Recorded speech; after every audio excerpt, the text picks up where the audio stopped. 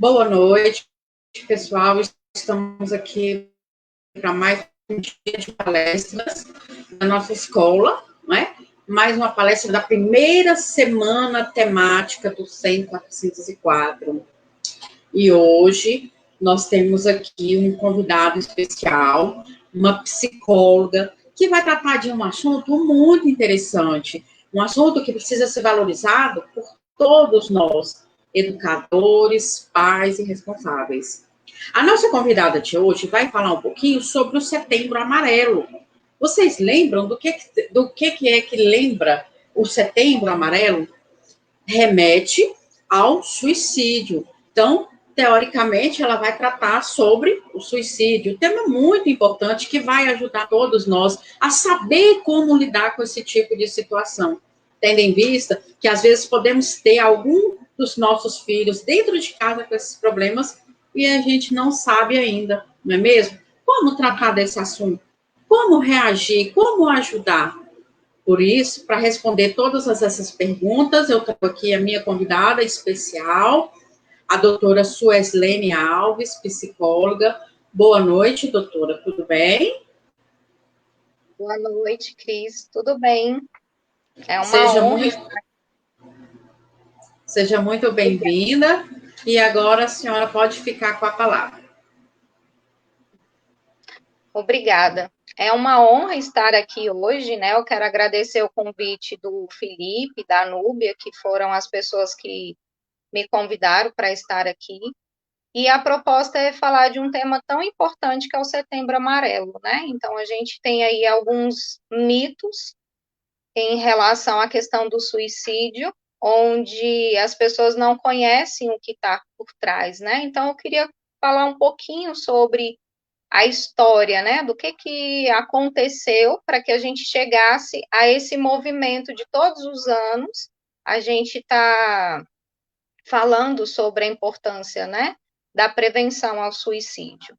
Então, começou nos Estados Unidos, quando um jovem de 17 anos cometeu suicídio, né? Então a família se mobilizou com a morte do filho, eles entenderam que ele estava passando por alguns problemas e eles não haviam percebido os sinais, né? Então ele era um jovem que estava retraído, que tinha momentos de alegria, e quando ele conquistou, alcançou lá um objetivo dele de recuperar um Mustang e pintou ele de amarelo, ele acabou cometendo suicídio, né? Então a família se mobilizou e eles se reuniram para que fosse prevenida, né, essas situações. Então eles distribuíram bilhetes para a comunidade onde aconteceu a situação do filho deles.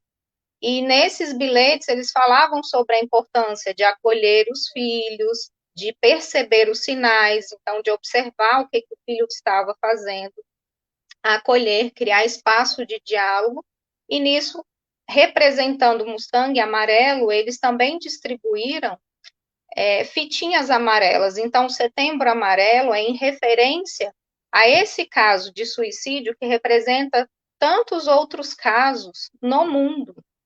Então, por isso, hoje, no Setembro Amarelo, ele veio exatamente para que nós quebrássemos muitos tabus, né? Então, ainda há muitos preconceitos, e a ideia é que a gente se informe para melhor lidar com essa situação, né? Então, é importante a gente pensar que, ao longo do tempo, nós não aprendemos apenas sobre conteúdos pedagógicos, né? Sobre habilidades que requerem questões profissionais. Então, a gente também aprende sobre as nossas emoções. Mas, em contrapartida, eu gostaria que vocês refletissem em qual período da vida nós tivemos aula que nos ensinasse a pensar sobre as nossas emoções, a identificar e a lidar com as nossas emoções. Então, esse é um processo que é fundamental, né, para que nós saibamos nos conhecer, para que nós saibamos nos posicionar diante daquilo que acontece internamente. Então, o que que se passa aqui dentro? Quais são os pensamentos, quais são os sentimentos e o que que as pessoas fazem com aquilo que elas estão pensando. Então, por trás da tentativa de suicídio, a gente vai ter um funcionamento alterado, né? Então, é um fator multicausal que geralmente está relacionado ao adoecimento mental. E é muito comum ter a prevalência da depressão por trás, né? Então, é um quadro que vai se agravando, então a pessoa vai dando sinais, né? E a nossa cultura, infelizmente, ela ainda tem muitos tabus, muitos preconceitos. Então, as pessoas acham que a pessoa está querendo chamar atenção, está falando de algo porque é fresca, né?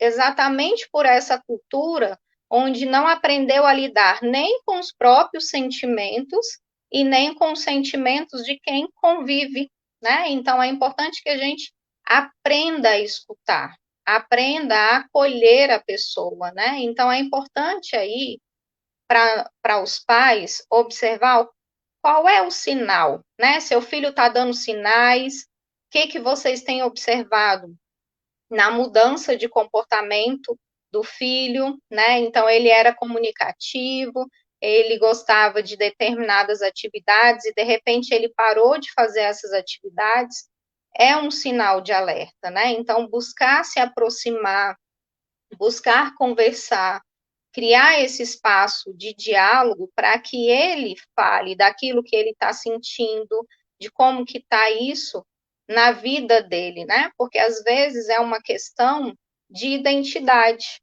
né? Então é muito comum na adolescência, na infância, já ter aí alguns problemas de saúde mental e esses sinais serem negligenciados, porque os pais acreditam, é uma fase que vai passar, né? Então, nem tudo é uma fase que vai passar.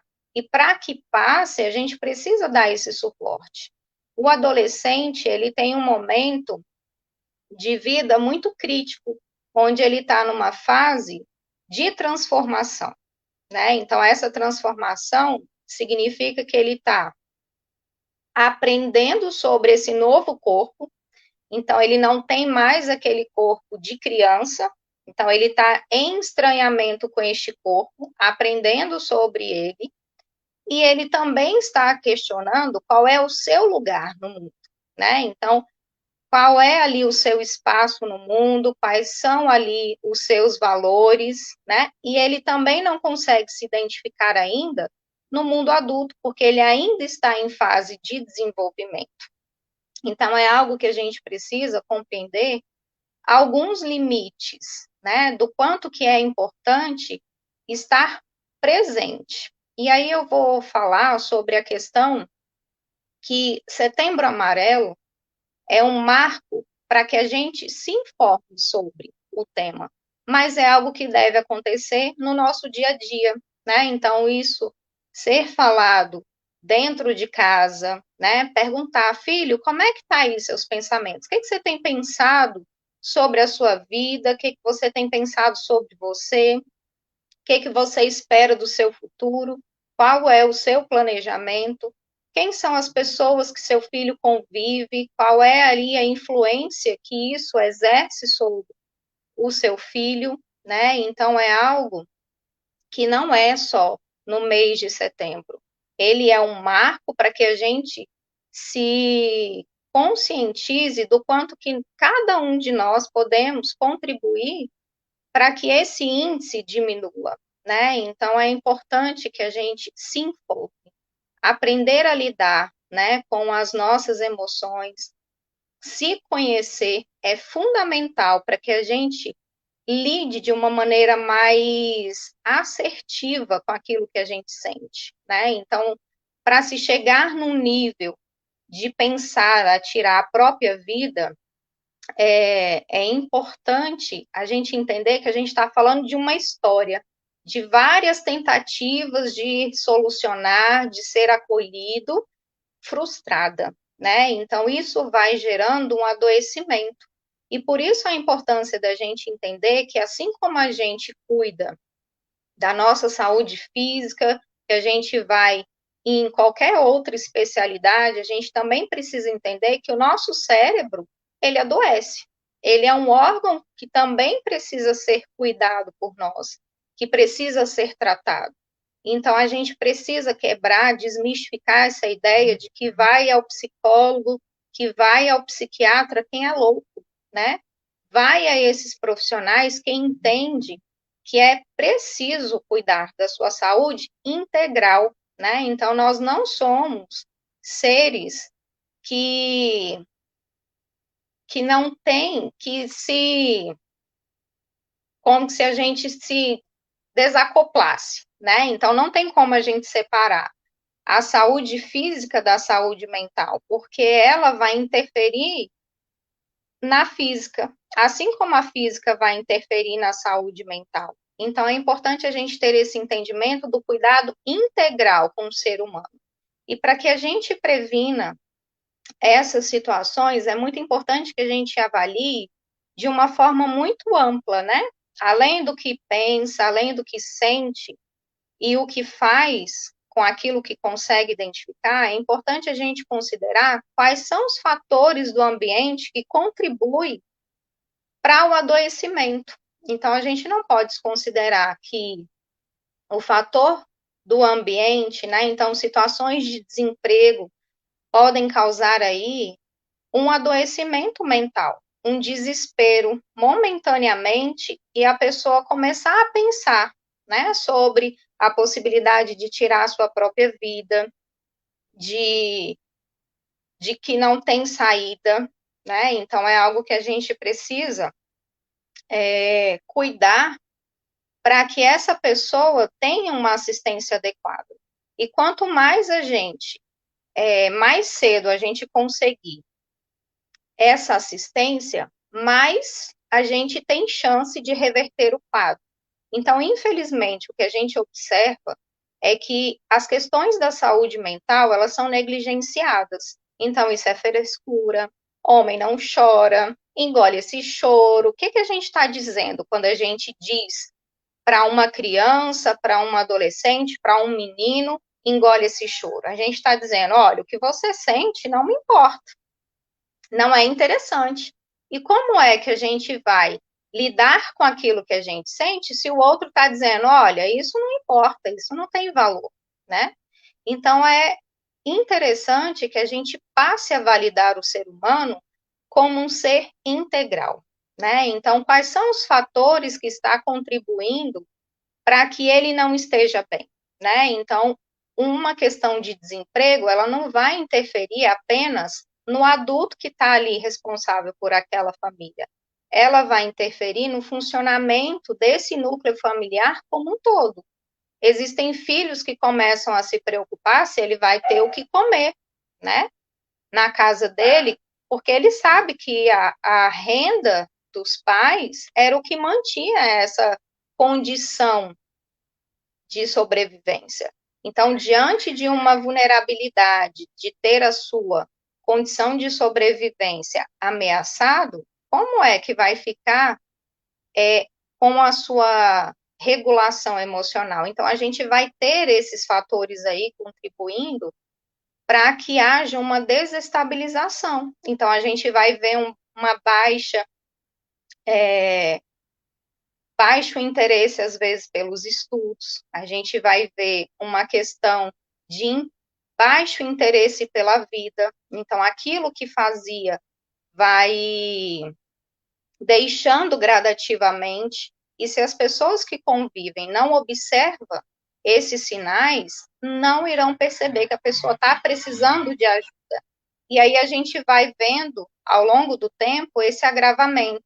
Então, as pessoas começam a dar indícios de despedidas, começa a querer visitar pessoas que ela geralmente não tem um contato. Então, são todos sinais de comportamentos que estranham, quem convive estranha, que é um sinal de alerta, né? E também é um grito de socorro, onde a pessoa está dizendo, está demonstrando que ela precisa de ajuda. Então, começa num pensamento, eu podia sumir, né? Então, falas como eu podia sumir, para que eu nasci, para que eu existo, a vida não presta, né? Então, essa vida aqui, qual é o sentido dessa vida? Então, são todas frases que são sinais de alerta para que a gente fique atento, porque são gritos de socorro. E o que ela está dizendo, que ela não aguenta, é exatamente lidar com essa angústia que não tem fim, né? Então, é algo que a gente precisa ouvir.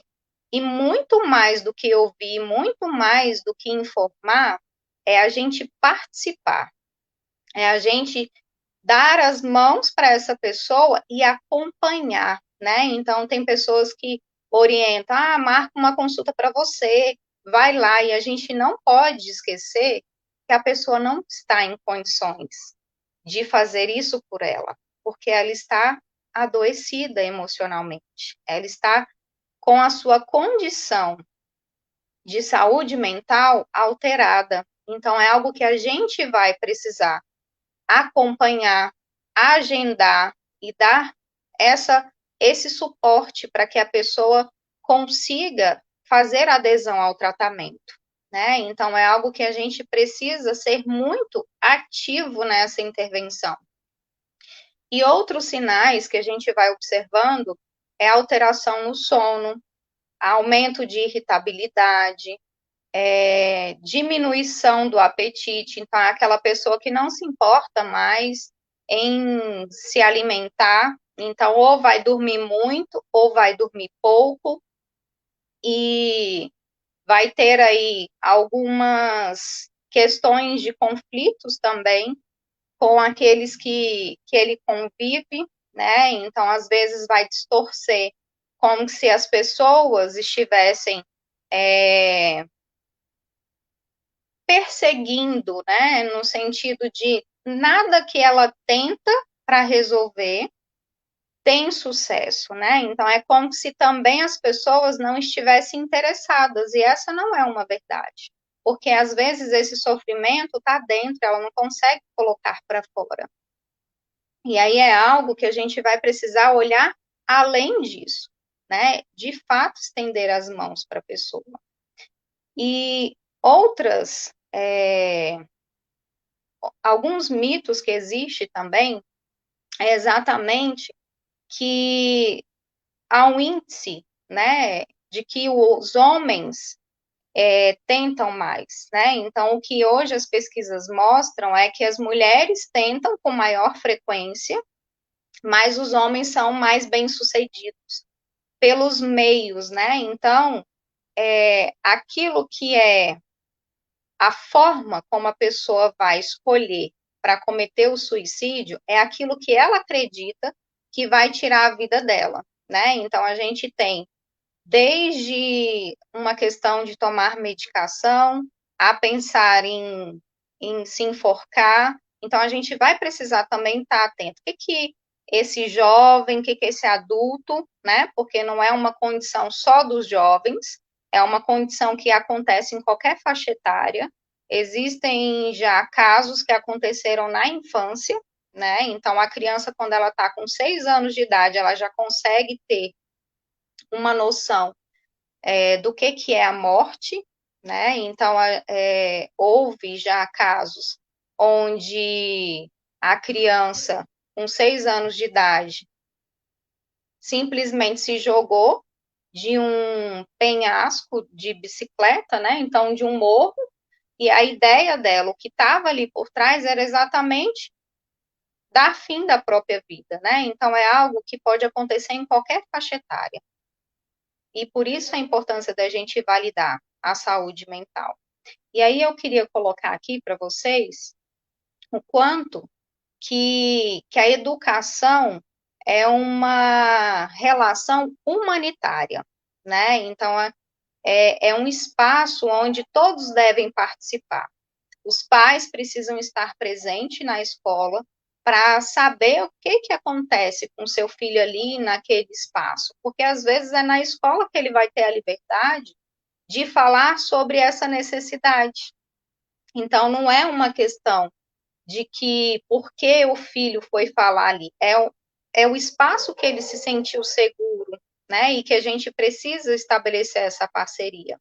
Então, é algo que a gente precisa dar as mãos, né? Tanto os pais serem participativos, quanto os professores estarem ali nesse local, né? Nesse lugar de empatia, considerando o que esse aluno tem demonstrado, né? Em sala de aula. Então, é muito comum a mudança de comportamento, a falta de perspectiva no futuro, diminuição de prazer, como eu falei anteriormente, né, em atividades que ele tinha prazer e que agora já deixa de ser, a sensação de que é um peso para as pessoas, né, da sua família, às vezes até para os próprios amigos. E quando há melhora, né, geralmente quando há uma melhora do quadro, as pessoas se arrependem de terem pensado em cometer suicídio. Então, a gente vai falar de um processo onde começa no pensar e depois começa no planejamento da execução, né? Então, é algo que pensar sobre a morte é uma condição da existência humana. Porém, o planejamento dessa execução já é um indício de um adoecimento mental, né? Então, a gente vai ver que isso tem um intervalo de tempo. E por isso a importância de conhecer, né, o que se passa aí na vida do filho, saber o que o filho vê nas redes sociais, o que o filho faz quando está com os amigos dele, o que este adulto faz para cuidar dele, para se distrair, né? Então, existe uma redução aí da forma como dá sentido para a vida e para aquilo que faz. Então, vai perdendo o sentido daquilo que ele faz no dia a dia, inclusive o seu sentido, né? Então, qual é o sentido de estar aqui? Qual é o sentido da minha existência? Eu importo para quem? Né? Então, a gente vai vendo aí casos, né, quadros de anorexia, a gente vai vendo casos que contribuem, como eu coloquei, da questão da influência do ambiente, né? Então, é muito comum no meio jovem a questão do bullying ser uma das causas que motiva a pensar sobre, né? E hoje a gente evoluiu, já não está mais num bullying que vai ficar no espaço da escola. Esse bullying agora está no cyberbullying, que é exatamente nas redes sociais, né? Então, é o desrespeito ali nas redes sociais também. Então, é como se a pessoa não tivesse saída, não tivesse fôlego para vivenciar outra coisa. Então, ela começa a tentar fugir disso, mas é como se isso estivesse o tempo todo sendo relembrado. Então, a ideia é: eu não tenho saída. E aí vem a ideia do desamparo. E, infelizmente, ainda temos muitas famílias que considera que isso é uma brincadeira, ignora, né? E nem sempre ignorar é a melhor saída. Então, a gente precisa ensinar meios de lidar com determinadas situações de conflito. E ensinar, inclusive, a pedir ajuda, né? Então, se o jovem tentou resolver com um colega que estava ali sendo desrespeitoso e ele não teve êxito, ele vai precisar evoluir para pedir a ajuda de um profissional dentro da escola, para comunicar isso aos pais. E os pais precisam ser acolhedores de dizer: sim, meu filho está precisando de ajuda, né? Meu filho está precisando que eu seja a voz dele nesse momento, né? Então, é algo que, dentro dessa possibilidade, todos precisam acolher esse jovem e considerar meios seguros para que ele esteja bem, né? Então, é algo que, infelizmente, hoje tem vazado essas exposições, né? Então, é algo que acontece no privado, às vezes, e que vaza nas redes sociais. Então, a gente tem visto aí muitos conflitos crescendo por conta de nudes que são enviados, e isso, às vezes, estoura dentro da sala de aula, e sequer, às vezes, os pais sonham que isso está acontecendo com o filho deles, né? Então, como é que a gente vai esconder uma situação que, a princípio, era entre eu e o outro, e que agora, de repente, está todo mundo da sala sabendo, os amigos da quadra onde eu moro estão sabendo, e outras pessoas entrando em contato. Então, nem tudo aquilo que se faz fica escondido. E aí, por isso, a importância da gente saber o que nossos filhos estão fazendo dentro das redes, né? O que ele tem pesquisado, quais têm sido aí os interesses deles, quais têm sido os jogos que eles se interessam, por quanto tempo eles têm à disposição para ficar nas redes sociais, como é que eles têm cuidado deles, né, nessa questão das pausas. E nós também, enquanto adultos, né? Então, não é só uma questão do adolescente em si, da criança em si. Existem muitas famílias em conflito, porque agora está todo mundo se comunicando à distância, né? Então, nós estamos presente fisicamente, mas estamos ausente emocionalmente. Então, não se conecta mais, né? Então, é algo que a gente precisa se reavaliar. Qual é aí a conduta que eu tenho tido no cuidado no dia a dia, né? Então, é algo que fica aí para a gente pensar, como é que a gente tem cuidado de nós e cuidado daqueles que estão próximos a nós, né? Eu me coloquei à disposição se tiver alguém para fazer pergunta e quiser nortear, acho que é bem interessante ter a participação de vocês. Tem alguma pergunta, Cris? Bom, temos aqui alguns elogios, né? O pessoal gostou muito da sua palestra. Temos apenas algumas falas, vou te mostrar algumas. Informações sobre sintomas, causas e consequências do que se leva ao suicídio são os melhores meios de prevenção. Com certeza, né? E assim, foi muito interessante, Sueslene, a sua colocação, porque na maioria das vezes o que os nossos alunos passam é tudo isso que você colocou na sua palestra, né? E muitas das vezes nós não sabemos como lidar, né? Em vista que a nossa formação é pedagogia ou uma área específica, né? Então, assim, infelizmente, nós não temos preparo. Nós temos aí históricos de alunos que já tentou suicídio na nossa escola, né?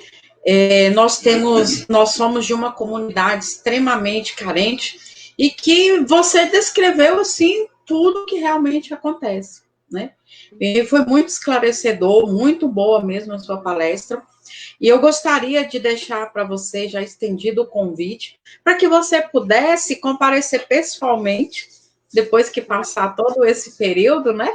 Porque assim seria muito interessante não só para o noturno, mas também para o diurno, né? Que você fizesse uma palestra como essa, porque com certeza vai esclarecer as dúvidas dos alunos e pode até mesmo ajudar, né? Porque às vezes o aluno ele tem aquele receio, né? A gente sabe que tem alunos que têm medo, né? Devido a críticas, censuras, né? Como você mesmo falou, tem medo do responsável ou do pai não acreditar, né? Que isso é muito claro, né? Dentro de pessoas que passam por esse problema. Então, às vezes, um psicólogo, um profissional como você, presente na escola, pode ser de grande ajuda, não é mesmo? Então, eu já gostaria de deixar o convite para você, tá bom? Os nossos jovens precisam mesmo, né, de pessoas capacitadas e que possam também ajudar. Eu queria falar também sobre as questões dos fatores de proteção à saúde mental, né? Então, eu me preocupei de perguntar, porque eu não sabia como é que estava a interação, como é que estava sendo o entendimento, e eu gosto dessa participação, entende? Né? Da Aham. interação, ver se está fazendo sentido, né, para quem está ouvindo. Então, um dos Isso. fatores de proteção em saúde mental é a gente entender que nós somos seres programados para o contato físico. E num quadro de depressão, a gente vai ver um rebaixamento disso, né? Então a pessoa se retrai. E isso faz com que a pessoa perca alguns ganhos nessa relação, porque nem toda relação significa que vai haver conflitos. Então existem ganhos e existem algumas adversidades, mas que são passíveis de serem, né, esclarecidas, superadas, né? Então eu vou colocar além do contato físico, né? Uma rotina. A rotina, ela é fundamental para a nossa regulação emocional, porque nós também precisamos de uma previsibilidade. Por isso que o desemprego, ele desregula tanto, porque é como se nós perdêssemos, né? A previsibilidade sobre a nossa sobrevivência, mas a nossa sobrevivência é, o emprego, ele é um dos pilares, mas ela está associada a todos esses outros fatores, né? Ter a regularidade do sono, de uma alimentação, uma rotina estruturada, onde a gente tenha limites, né? Então, o horário para que a gente tenha contato com as redes, mas que a gente também entenda quais são os prejuízos disso, né? Então, quando se está muito tempo exposto às redes, né? Quando eu falo as redes, é qualquer tipo de pesquisa que seja feita aí na internet, o nosso cérebro, ele entende que ele está no horário de trabalho. Então, respeitar os sinais que o nosso corpo dá, né? Então, o nosso corpo, ele é inteligentíssimo, ele é preparado para tudo aquilo que a gente precisa. Então, por isso, a gente vai vendo sinais de fome, de sono, a necessidade da socialização, de ser acolhido, de ser aprovado pelo seu grupo, né? Então, é algo que a gente recebe esses sinais. E quando esses sinais, principalmente do sono, né, da alimentação, são desrespeitados, o nosso organismo começa a trabalhar de uma maneira disfuncional. E é onde a gente vai ter as alterações. Então, a gente tem hoje, cada vez mais, e mais cedo, crianças, adolescentes, adultos, passando por uma desregulação do sono por não respeitar esses sinais do organismo, né? Então, é importante que a gente fale da higiene do sono, que é exatamente quais são os nossos comportamentos antes de dormir, né? Então, geralmente, é recomendado, né, que a gente diminua o uso da tecnologia 2 horas antes de dormir, que a gente diminua a iluminosidade da casa também, para mandar informações para o nosso cérebro que nós estamos é, finalizando o nosso dia. E isso contribui para que os hormônios do sono começam a ser ali liberado para que o nosso corpo relaxe. Então, para que a gente entre num estado de sono profundo, que é o que a gente precisa para reparar, né, aquilo que a gente gastou ao longo do dia, a gente vai precisar que o nosso organismo relaxe. E essa é uma condição que cada vez mais a gente vai vendo as queixas, né? Então é como se nós não tivéssemos mais tempo, é como que são sensações, porque o tempo, ele é o mesmo, né? Nós é que fomos preenchendo esse tempo com tantas outras necessidades e não questionamos mais se aquilo de fato é necessário na nossa vida. E isso vai concorrendo com a qualidade daquilo que a gente precisa para se cuidar, né? Então, isso tudo nos deixa, né, vulneráveis ao adoecimento mental, né? Então, a gente vai ver mais irritabilidade, a gente vai ver uma queda na conflito em casa, porque se você não dorme, né, você vai ter aí uma alteração e isso tudo vai favorecer para que haja os conflitos e também conexão entre o que eu penso e o que eu vejo de mim na prática. Então, é muito importante, né?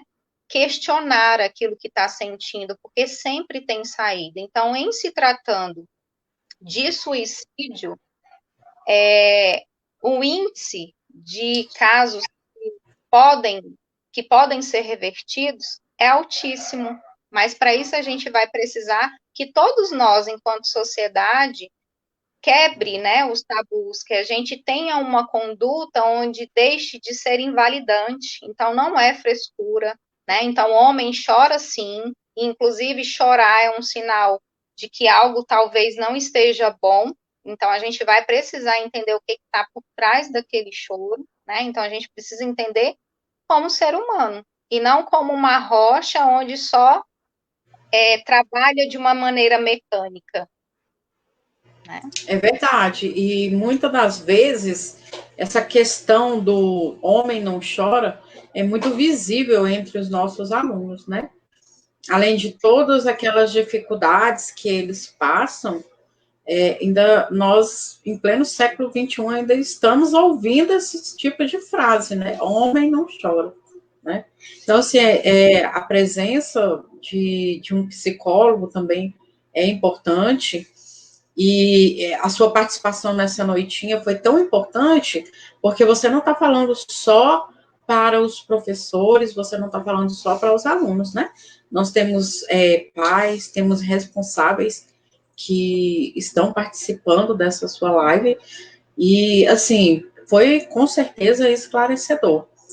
E também eu gostaria só de enfatizar que, como você mesmo falou, a questão das redes, me veio na mente a questão também das redes sociais, né? É bem visível que hoje nós temos muitas crianças entrando na fase da adolescência que se envolvem tanto com essas redes sociais que elas são induzidas a praticar o suicídio, né? Sim. Então, assim, como que a gente pode trabalhar isso? Como trabalhar? Uhum. É observar, né? Então, a participação dos pais na educação dos filhos é fundamental, porque a gente vai atuar naquilo que a gente conhece, né? Então, com quais desenhos, com quais redes sociais meu filho está se identificando?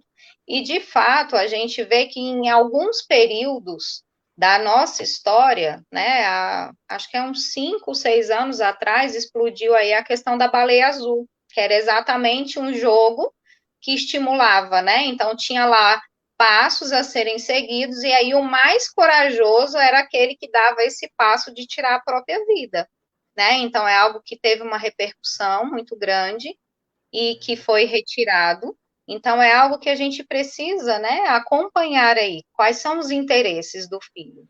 E também desenvolver. Quando a gente acompanha, permite que a gente questione. Então é muito comum às vezes nós, enquanto pais, querer o melhor para o filho. E o melhor para o filho, às vezes, é fazer tudo para ele. E nem sempre, né? Então, é levar o filho a pensar, né? Então, o que que você quer com isso? Então, ao invés de você já recriminar, né? Ir lá e falar, o que que você quer nessa rede idiota, nananã, que é muito incomum pelo fato do adulto ser uma outra geração, não ver sentido naquilo que o filho tem interesse, né? E aí começa as falas importantes, que isso é uma bobagem, vai se ocupar com o que você interessa é uma bobagem. Então a gente precisa ser mais questionadores. O que você vê disso? O que você acha interessante na conduta dessa pessoa, né? Então hoje a gente tem aí muitos influenciadores digitais, né? E que se você para acompanhar, de fato, não tem nada de cultura, não tem uma coisa que agregue, pelo contrário, agrega a questão de um comportamento, né? Então, divertido é o sofrimento do outro, que é exatamente essa cultura do bullying, só que agora sendo aprovado, né? Então, quando a gente manda Ibope para esses canais, a gente está dizendo que aquilo é interessante, e ao invés de nós sermos pessoas que estão rompendo com esse ciclo, a gente está, infelizmente, contribuindo para que se mantenha, né? Então, um melhor caminho aí é exatamente criar esse senso crítico, né, para que o filho tenha condições de avaliar se aquilo ali vai ser útil ou não na vida dele, quais são as influências, né? Uhum. Verdade. Agora temos aqui uma pergunta, eu achei bastante interessante, a pergunta da Ângela Cristina de Almeida Dias. Como identificar e ajudar situações como essas? A Ângela é uma mãe? É uma mãe. Aham. Ângela, é uma questão da gente, às vezes, ir lá no histórico, né? Então, veja o histórico do que o seu filho está acessando, mas faça isso junto com ele, né? Peça para que ele te mostre, peça para que ele fale sobre aquilo que ele tem interesse, né? Mostre, eu costumo brincar, né, com alguns pais que eu acompanho os adolescentes, é que às vezes a gente precisa fazer cara de paisagem. Então, por dentro a gente está extremamente surpreso, mas aqui a gente tem que estar plena, né? Então, para criar esse espaço para que ele fale, porque o adolescente, né, a criança, ela é muito perspicaz nessa questão de talvez a previsibilidade de uma punição. Então, eles também têm uma leitura de como nós reagimos àquilo que acontece, né? Então, é buscar aí saber, quando estiver em casa, né, parar um pouquinho para assistir com ele e às vezes levar esse questionamento, como eu falei antes, né, observar, né, qual é a influência, quais são as escolhas que os outros jovens que seu filho está andando têm sobre ele, né? Então, hoje tem aí a explosão do narguilé, né? Que é outro fator que contribui para o adoecimento mental e para levar ao suicídio é exatamente o uso das substâncias psicoativas, né? Que é o álcool, a droga, né? Então, também algumas medicações. Então, tudo aquilo que é feito, que é usado de forma indiscriminada, né, e sem a prescrição médica, também pode se tornar uma droga e deixar o nosso organismo vulnerável para essas situações, né? Então, quanto mais participativa, quanto mais presença, melhor a gente vai reverter aí esse quadro e também buscar ajuda, né? Porque nem sempre nós, enquanto pais, vamos ter resposta para tudo, mas não se sentir sozinho, né? Então, falar sobre aquilo que incomoda, né, a preocupação, é interessante. A Ângela estava explicando para nós aqui que ela é mãe e professora, mas que ela gostaria de saber em relação aos alunos, pois ela se dá muito bem aos filhos. Então, a pergunta que ela fez, né? Como identificar e ajudar situações como essas em relação ao aluno, porque ela é professora lá no 10404. Ótimo, Ângela. Então, em sala de aula, geralmente na convivência, né, e aí isso também a gente vai precisar observar que a gente vai ter algumas diferenças, né, na questão aí do ensino. Então, no ensino fundamental 1, a gente vai ter uma característica, no ensino fundamental 2, a gente vai ter outras demandas, né? Então, em sala de aula, é importante abrir espaço para falar sobre isso, né? Para falar sobre o que eles pensam sobre a vida deles, sobre a questão com as perspectivas de futuro, porque são pessoas, né? E se a gente tem essa conduta do conteúdo em si, às vezes a gente está perdendo uma troca riquíssima, né? Então, não sei qual que é a disciplina que você leciona, mas é promover, né, esse espaço. E às vezes também observar. Às vezes aquele aluno que é mais comunicativo e de repente começa a se isolar do grupo, né? Buscar se aproximar. Não sei se vocês têm um serviço, vocês têm, né? Porque a Núbia está aí, de orientação educacional e vir, né? Às vezes para uma intervenção em grupo também seria muito interessante, porque a partir da informação a gente está gerando uma reflexão no jovem, a gente está gerando uma condição dele ressignificar. E aí a gente também tem, eu lembrei agora, fatores que ao longo da nossa história vai tirando a responsabilidade dos agentes causadores de sofrimento e vai trazendo isso tudo para o indivíduo, né? Então, se eu não tenho sucesso escolar, é porque eu sou um mau aluno. Mas a gente sabe que existe uma diversidade, né? Então, a gente sabe que às vezes tem alunos que não têm o que comer dentro de casa. E aí, se a gente vai atribuir ao aluno 100% do sucesso dele, a gente está invalidando que existem outros fatores influenciando.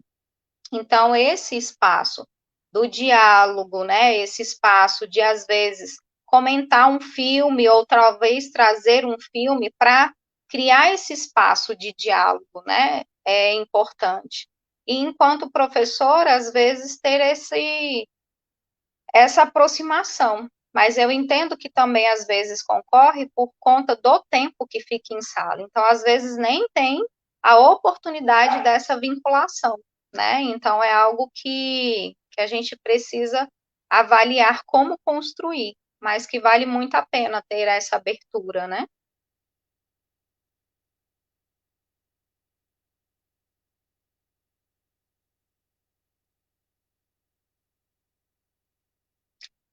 Outra coisa que eu lembrei também é trazer casos de pessoas que tentaram cometer suicídio e que não cometeram, não chegaram a executar, né? Então, esse tipo de testemunho também fortalece muito a ver que existe, né, saídas e que vale a pena, né? Então, inclusive, tem alguns depoimentos interessantes, né? Eu pude observar alguns que fala exatamente sobre isso, né? Então, às vezes, tirar um tempinho ali da aula para ter esse momento, né? Às vezes, algum evento da escola, um espaço cultural que traga questões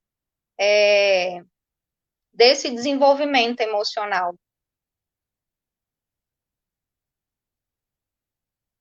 Não estou te ouvindo. Certo, você falou da gente tentar trazer esse aluno para fazer um depoimento para outros alunos. Você se refere dentro da sala de aula, entre alunos e professores? É isso? Seria isso? Passar, né? Então, por exemplo, até agora, antes de começar, eu vou até ver depois aqui desse momento, depoimentos de pessoas que tentaram cometer suicídio e que não executaram. Então, eles trazem essa mensagem, né? Do quanto que não ter cometido foi importante para eles, e eles trazem muito a questão do arrependimento, né? Então, é algo que a gente.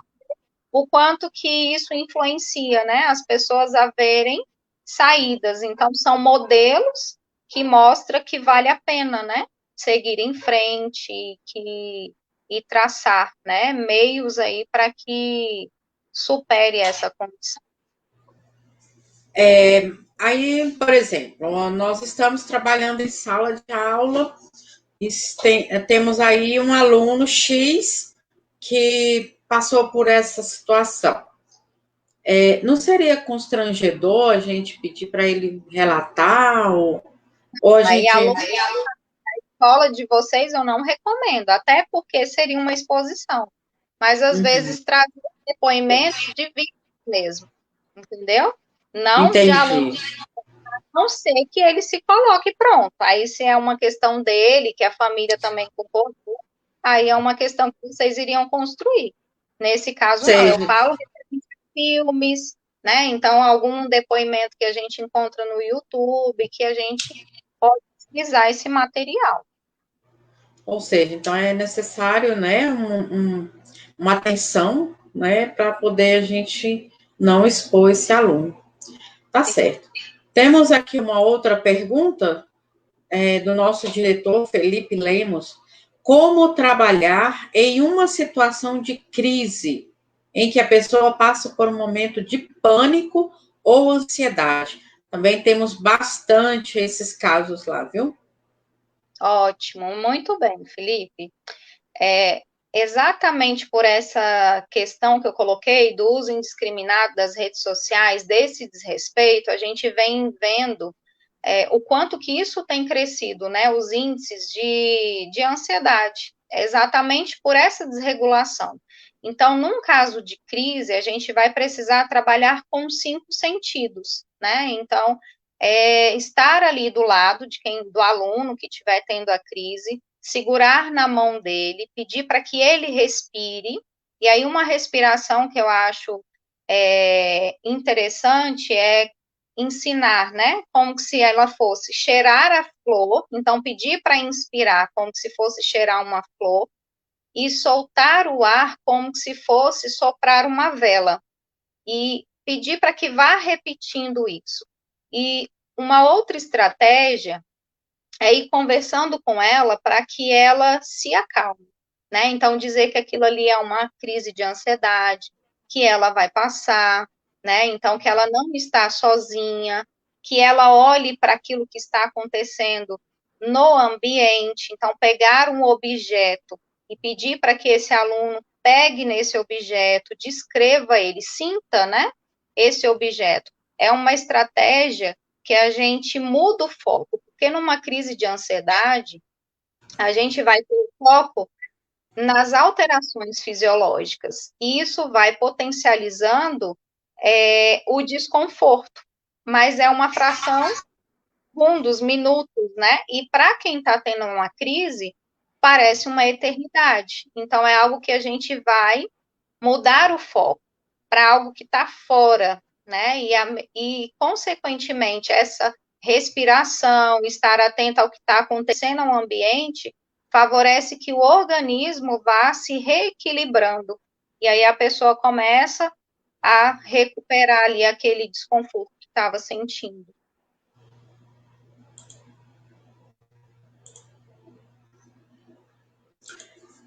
Certo.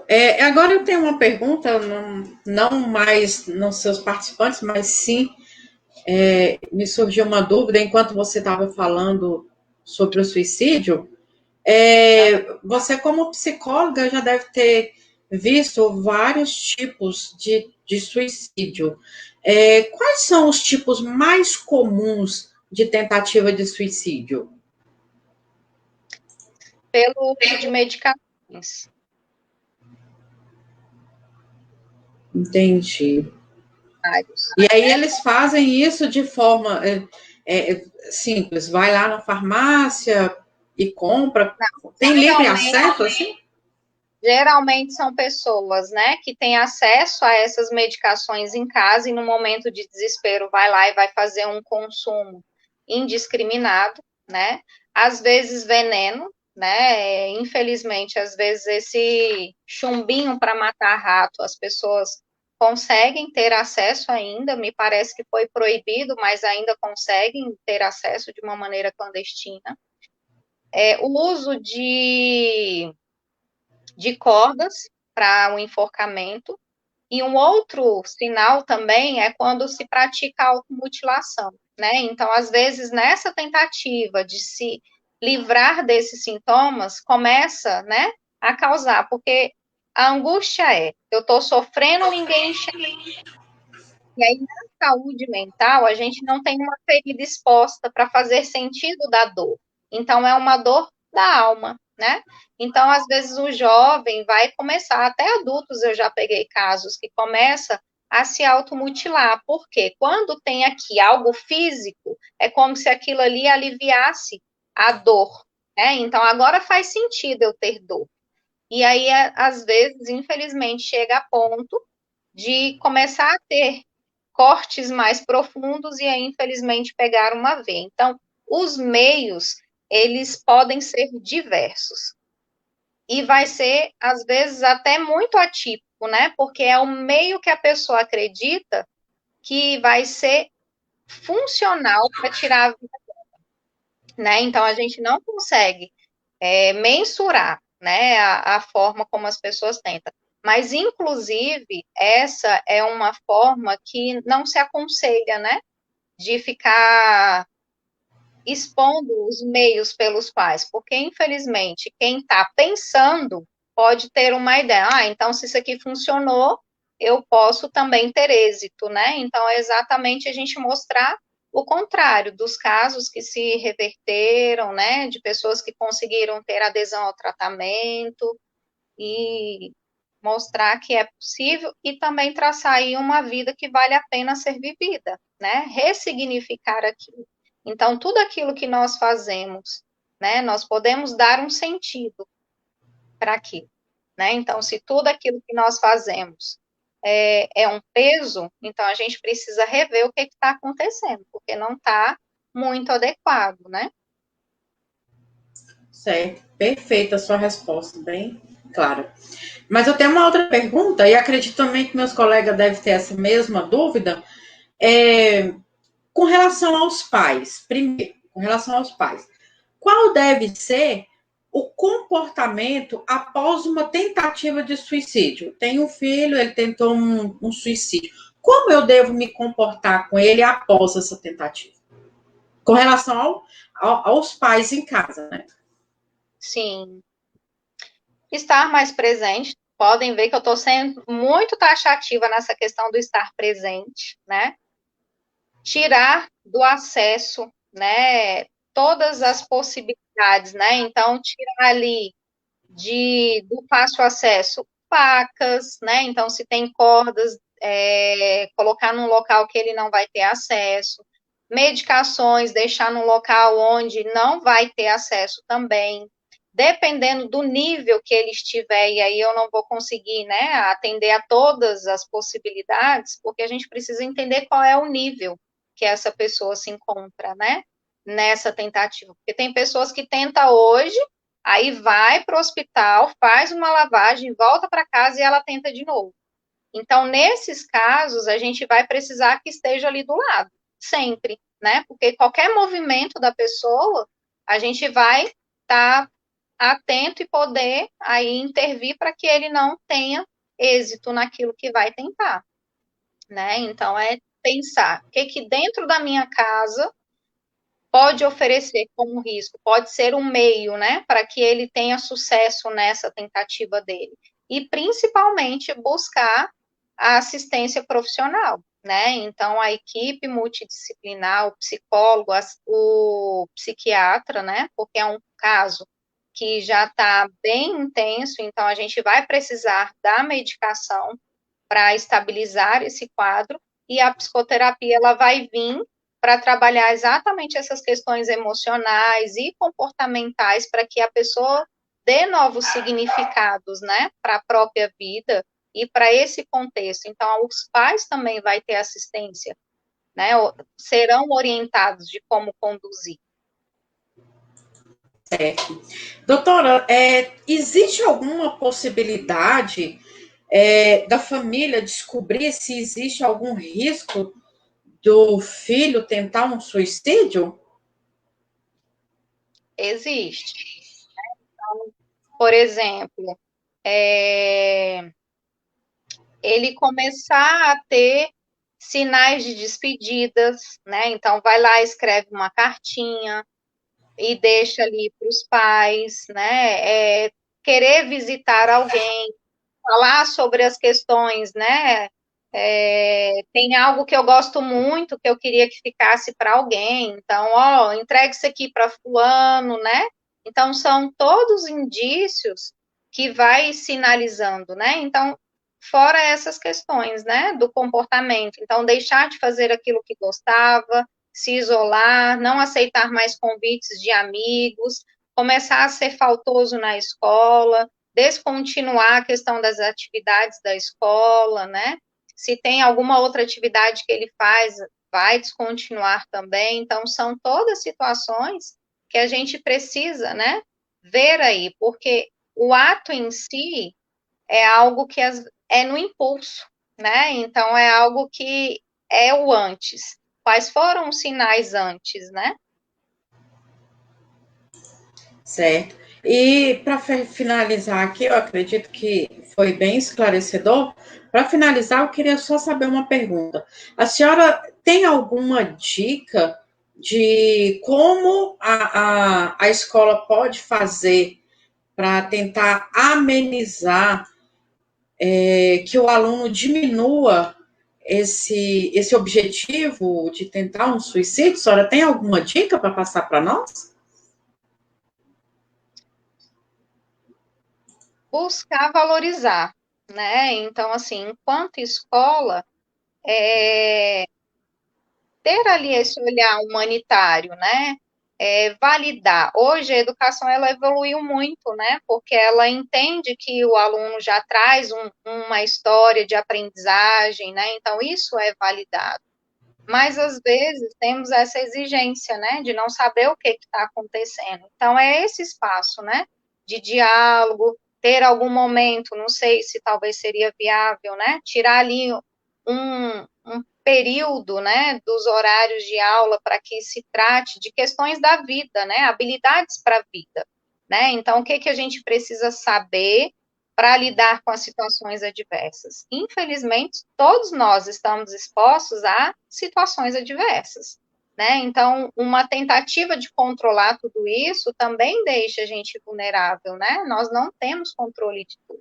Então, ir mostrando isso para o jovem, né? Porque a gente vai ver os jovens que estão em fase de pré-vestibular, eles estão super ansiosos, porque eles questionam se vai dar certo, né? Então, é algo que pensar dentro dessa dinâmica de vocês, o que que a gente pode contribuir? Então, se é uma questão de pré-vestibular, encorajá-los, né? Mostrar meios aí de como lidar com essa questão da ansiedade e o quanto que vai ser bom passar, né? Por descobrir o que que vai vir do outro lado, né? Porque é algo que é importante que a gente valide, né? Então, as pessoas não são. A ansiedade, ela é uma emoção que a gente também precisa aprender a lidar com ela, né? Então, criar esse espaço para diferentes temáticas. E aí, de repente, vocês vão se surpreender vendo alguma coisa do tipo: ah, eu já pensei, eu já tentei, eu conheço alguém que tentou, né? Então, é algo que, inclusive, mostrar que eles podem ser multiplicadores dessa prevenção, né? Então, a gente precisa trabalhar para que tenha mais prevenção, né? Então, infelizmente, a nossa cultura ela é interventiva. Então, a gente age depois que a situação está instalada, né? Então, o Setembro Amarelo ele vem exatamente nos instigar sobre isso, né? Então, durante o ano, durante as nossas práticas profissionais, quanto que a gente tem criado esse espaço, né, de valorização da vida, né? E como a gente vai valorizar sem que a gente tenha, né, diálogo. É verdade. Quem sabe até trazer essa pessoa para nos ajudar cada vez mais, né, a combater Sim. pessoas que passam por esse problema. Exatamente. E uma vez que a escola aborda isso, a gente vai ver que eles levam isso para casa, né? Então, aquele pai, aquela mãe que achava que era frescura, é o filho que vai educar. Poxa, mas eu nunca tinha pensado nisso. Que bom que a sua escola trabalha isso, né? Então, é uma forma da gente ir alcançando todas as gerações, né? Mas aí é um trabalho que a gente vai vendo ao longo do tempo, né? É verdade. Doutora, então eu gostaria de, em primeiro lugar, agradecer por você ter aceitado, né, o nosso convite de fazer essa palestra aqui nessa noitinha. Se você permitisse, a gente ficava aqui a noite inteira. É um assunto gostoso, um assunto, né, interessante que a gente vai compartilhando ideias aqui e assim é um momento de aprendizado tanto para mim quanto para os colegas, né? Então, assim, queria agradecer muito em nome da coordenação, da direção do 100.404, e como eu já falei, em outro momento, estendo o convite para a senhora, quando a senhora puder, comparecer à nossa escola e também ter um momento tão agradável como esse, mas agora com os nossos alunos, né, ao vivo, presencialmente, né? Então, muito obrigado pela sua palestra. Obrigada pelo convite. Foi um prazer estar aqui trocando com vocês. Obrigada.